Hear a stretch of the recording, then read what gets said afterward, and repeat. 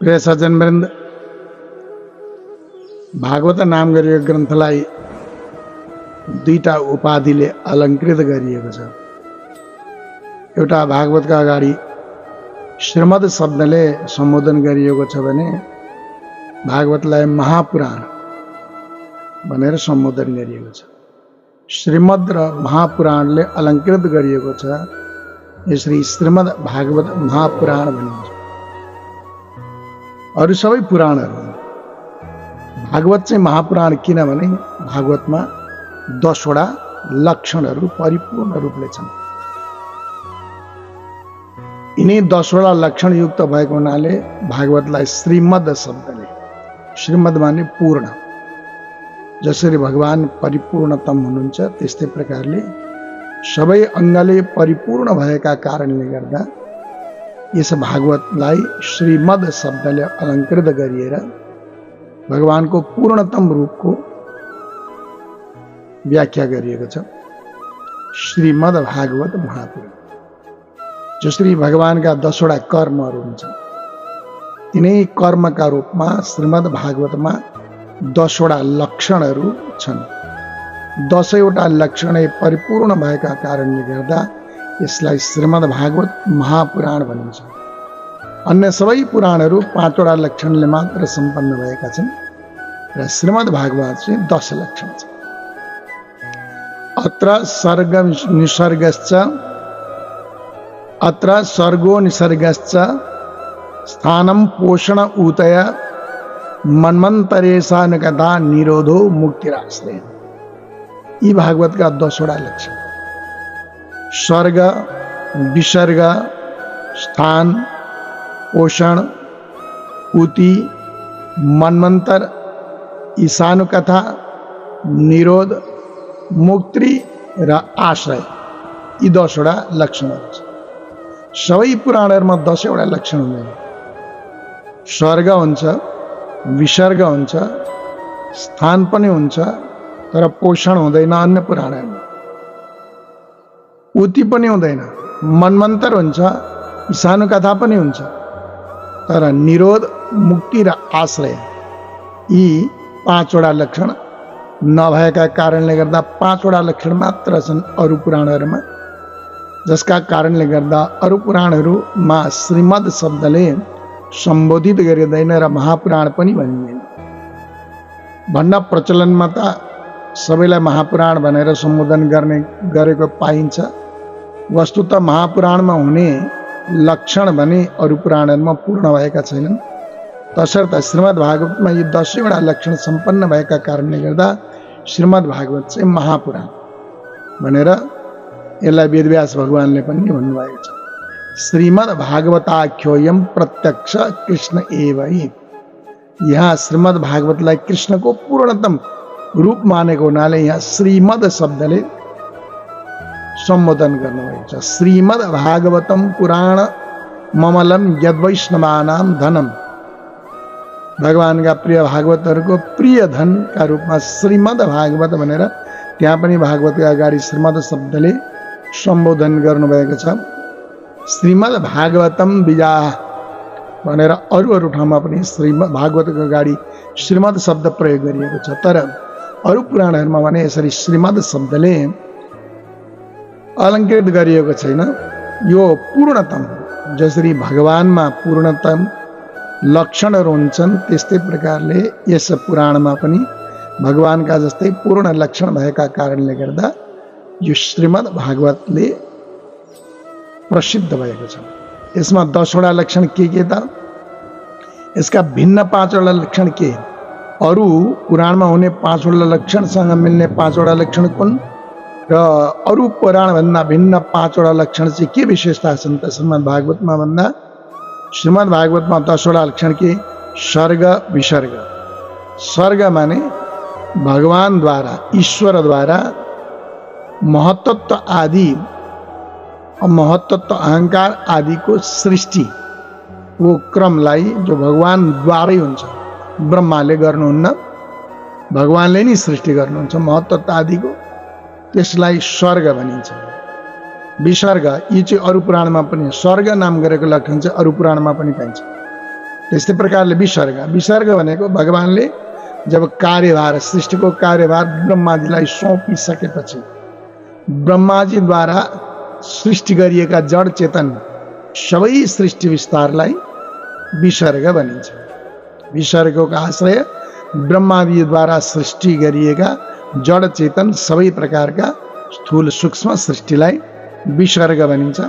सर्ग चाहिँ भगवानद्वारा भएको, महत्त्व अहङ्कार आदिको सृष्टि चाहिँ भगवानद्वारा नै हुन्छ। मूल प्रकृतिका माध्यमबाट भगवानले नै गर्नुहुन्छ। जब ब्रह्माजीलाई सृष्टि गरिसकेपछि भगवानले आफूले सृष्टि गर्ने क्रमलाई बन्द गरिदिनुहुन्छ र ब्रह्माजीले यस सृष्टिलाई अगाडि बढाउनका निमित्त जो जड चेतन वस्तुहरूको निर्माण गर्नुहुन्छ त्यो चाहिँ विसर्ग मानिन्छ। सर्ग विसर्ग। स्थान, स्थान भनेको चाहिँ के भने स्थान स्थिर वैकुण्ठ, स्थितिर वैकुण्ठ विजय।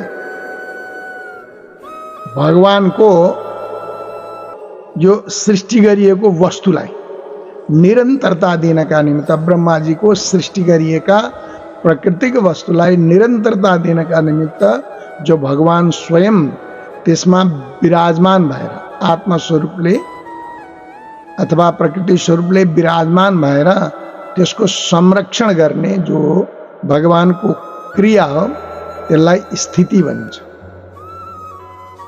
स्थिति भनिन्छ। स्थान लक्षण भनेर त्यसलाई भनिएको छ। भगवान स्वयं ब्रह्माजीले गरिएको सृष्टिलाई संरक्षणका साथसाथै त्यसलाई स्वतः चल्ने स्थितिमा लैजानका निमित्त भगवान जो विद्यमान हुनुहुन्छ ब्रह्माजीका सृष्टिमा त्यसको नाम स्थिति अथवा स्थान हो।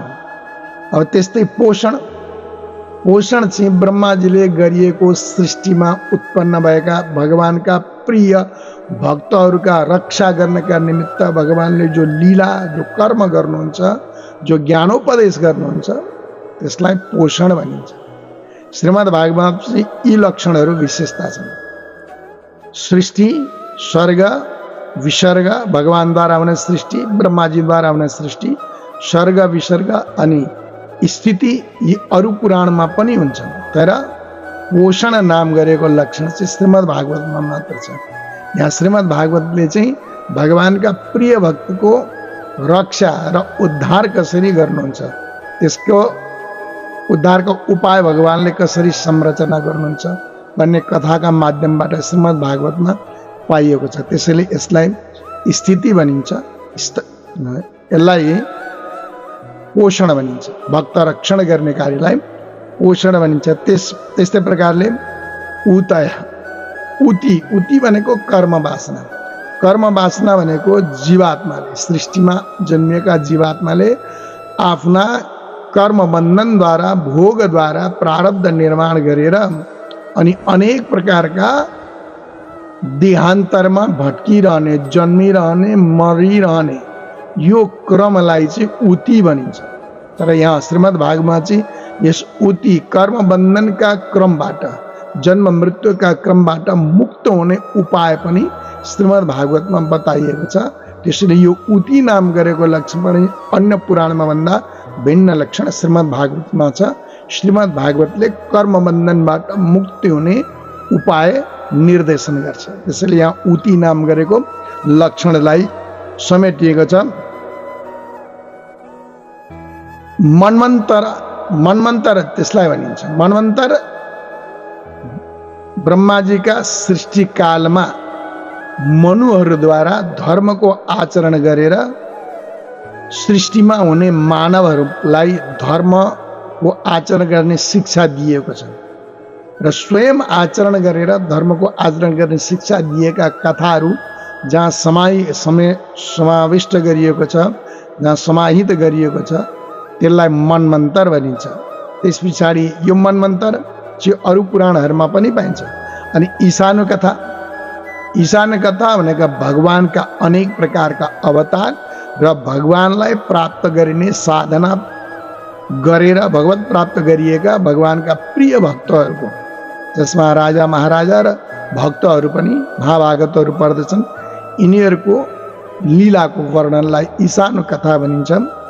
ईश कथा यो यी सानो कथा अन्य पुराणहरूमा पनि पाइन्छ। तर निरोध अर्को 8वां लक्षणका रूपमा निरोध।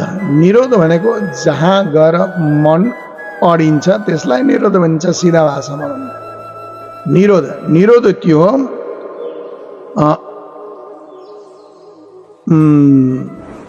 शतां मिशकथा प्रोक्ता नानाका निरोधो स्यानुशयन आत्मना सशक्ति। आफ्ना सम्पूर्ण शक्तिहरू सहित सृष्टिका अन्तमा सबै सृष्टिहरूलाई आफूमा लीन गरिसकेर भगवान योग निद्राको आश्रय लिएर आफै आफमा जब भगवान शान्त मुद्रामा स्थित हुनुहुन्छ त्यो बेलामा समस्त भगवानका जीवहरू पनि भगवानमा गएर आश्रित भएर भगवानमा गएर लीन भएर बस्छ। त्यो अवस्थालाई प्राप्त गर्नु त्यसलाई निरोध भनिन्छ। अथवा यी चित्तवृत्तिहरू सबै प्रपञ्चबाट मुक्त भएर भगवानमा गएर एकाकार हुने अवस्थालाई निरोध अवस्था भनिन्छ। श्रीमद् भागवतमा निरोध नाम गरेको विशेष लक्षण वर्णन गरिएको छ। यो अन्य पुराणहरूमा छैन। चित्तवृत्तिको निग्रहद्वारा मनोवृत्तिको निग्रहद्वारा यस मनोवृत्तिलाई ईश्वरमा लीन गराउने जुन प्रयत्न हो यसलाई निरोध भनिन्छ। निरोध मुक्ति। मुक्ति भनेको चाहिँ समस्त प्रपञ्चबाट सृष्टि आदि प्रपञ्चबाट उनै ईश्वरमा गएर एकाकार प्राप्त हुने अवस्थालाई मुक्ति भनिन्छ। यहाँ मुक्तिका उपायहरू पनि श्रीमद् भागवतमा मात्र वर्णन गरिएको छ। त्यसैले यो मुक्ति नाम गरेको लक्षण पनि श्रीमद् भागवतमा मात्र पूर्णतमले प्राप्त भएको हुनाले यो मुक्ति लक्षण विशेष लिएर आएको छ। यहाँ मुक्तिका साधनहरू, मुक्तिका उपायहरू, मुक्तिका कर्महरू, मुक्तिका क्रियाहरू यी सबै श्रीमद् भागवतमा ठाउँ ठाउँमा उपाख्यानद्वारा, कथाद्वारा, ज्ञानद्वारा, उपदेशद्वारा, प्रार्थनाद्वारा मुक्तिका उपायहरूको वर्णन गरिएको छ। यसरी यो जीवात्माले अन्तिम सर्वस्व परित्याग गरेर सबै प्रपञ्चबाट मुक्त भएर भगवानमा गएर आश्रित, भगवानमा गएर भगवत कृपाको अनुभूति गरिने जो अवस्था हो यसलाई मुक्ति भनिन्छ। त्यस्तै प्रकारले 10वां लक्षणका रूपमा आश्रय मानिएको छ। आश्रय भनेको चाहिँ चारै प्रकारका प्रलयद्वारा ब्रह्माजीले गरेका सृष्टिहरू सबै प्रलय भइसकेपछि, ब्रह्माजीको आयु पनि पूर्ण भइसकेपछि ब्रह्माजी सहित ब्रह्माजीले सृष्टि गरिएका सम्पूर्ण जीवात्मामा जो ईश्वरको अंश सहित विराजमान भएका ती समस्त आफ्ना अंशलाई फेरि आफूमै समेटेर शान्त रूपमा अवस्थित हुने अथवा ब्रह्माजीका सृष्टिका सबै जीवहरूको अन्तिम आश्रयको रूप भगवान श्रीहरि हुनुहुन्छ। यो उपदेश गरिएको जुन ज्ञान हो यसलाई आश्रय भनिन्छ। श्रीमद् भागवतमा यी आश्रयका उपाय पनि बताइएको छ र जीवको अन्तिम गति भनेको भगवत आश्रय हो भन्ने ज्ञान श्रीमद् भागवतले दिएको छ। यसरी 10वटा यो आश्रय नाम गरेको लक्षण पनि श्रीमद् भागवतको एउटा विशेष लक्षण हो। यी 5 सामान्य लक्षण अन्य पुराणहरूमा र यी 5 विशेष लक्षण श्रीमद् भागवतमा भएका छन्। त श्रीमद् भागवतमा दुवै सामान्य र विशेष दुवै लक्षणले परिपूर्ण 10 लक्षणले युक्त भएको हुनाले यस पुराणलाई श्रीमद् शब्दले सम्बोधन गरिएको छ र महापुराण पनि भनिएको छ। त्यसैले श्रीमद् भागवतलाई सामान्य रूपले कहीँ पनि पुराण मात्र भनिँदैन, यो श्रीमद् भागवत महापुराण भनिन्छ। यस पुराणलाई श्रीमद् भागवत महापुराण भन्नेको रहस्य आशय पनि यही हो। यो सुन्दर दिव्य प्रसङ्ग श्रीमद् भागवतमा 10 लक्षण छन्। यिनै लक्षण भगवानले भक्तलाई कृपा गर्नका निमित्त आफ्ना 10 कर्मद्वारा भक्तको रक्षा गर्नुहुन्छ। सृष्टिको कारण पनि भगवान हुनुहुन्छ, सृष्टिको विस्तार पनि भगवान हुनुहुन्छ, सृष्टिको हेतु पनि भगवान हुनुहुन्छ, सृष्टिको संरक्षण पनि भगवान हुनुहुन्छ, सृष्टिमा प्रकृति माया जनित सृष्टिबाट बस्ने उपाय पनि भगवानले नै बताउनुहुन्छ र त्यो उपायलाई शुद्ध गर्नका निमित्त धार्मिक आचरणको उदय गराउनको निमित्त धार्मिक भावनाको उदय पनि भगवानले नै गराउनुहुन्छ र समय समयमा भगवानले भक्तका आफ्ना आफू आश्रित भक्तलाई उसको विश्वासलाई दृढ गराउनका निमित्त निष्ठालाई दृढ गराउनका निमित्त कहिले भगवान स्वयं अवतार धारण गरेर र कहिले भक्त भागवत आचार्यका माध्यमद्वारा लीला गराउनुहुन्छ। यी भगवानका कर्महरू हुन्। अनि भगवान जीवात्माको एउटा ध्येय केन्द्र बनेर बस्नुहुन्छ। निरोध मनले गएर ठोकिने ठाउँ पनि भगवानको स्वरूप बन्दछ र यो जीवात्मा कर्मबन्धनबाट मुक्त भएर पाउने ठाउँ मुक्ति पनि भगवान नै स्वयं बन्नुहुन्छ र सृष्टि उपरान्त सम्पूर्ण जीवहरूको आश्रय पनि भगवान नै हुनुहुन्छ। यसरी भगवानका 10वटा कर्महरू छन्। तिनै 10वटा कर्मका प्रतीकका रूपमा श्रीमद् भागवतमा 10वटा लक्षणहरूको वर्णन गरिएको छ। 10वटा लक्षणले परिपूर्ण भएका कारणले गर्दा श्रीमद् भागवत सम्पूर्ण ज्ञानको पूर्ण अवस्था छ। श्रीमद् भागवत केवल व्याख्या गर्ने व्याख्याकर्ताको अज्ञानता मात्र हो, अविवेकता मात्र हो। यदि गहिरिएर अध्ययन गरेर श्रीमद् भागवतमा डुब्ने हो भने सारा समस्याका समाधान श्रीमद् भागवतमा छ। ज्ञान विज्ञानले परिपूर्ण श्रीमद् भागवत। यही श्रीमद् भागवतका मनन चिन्तन स्वाध्याय पठनद्वारा भक्तिको उदय हुने, यही श्रीमद् भागवतका मनन चिन्तनद्वारा ज्ञानको उदय हुने, यही श्रीमद् भागवतका मनन चिन्तनद्वारा सृष्टि संसारबाट विरक्तिको उदय हुने, यही श्रीमद् भागवत अध्ययनबाट लौकिक र पारलौकिक दुईटै ज्ञान विज्ञानको उदय हुने, यही श्रीमद् भागवतद्वारा मोक्ष प्राप्त गर्ने यी सम्पूर्ण साधनहरू चाहिँ धर्म अर्थ काम मोक्ष चारै प्रकारका साधन चाहिँ यो श्रीमद् भागवतमा समेटिएको हुनाले श्रीमद् भागवत अत्यन्त दुर्लभ र श्रेष्ठ ग्रन्थ मानिन्छ। सज्जनौं,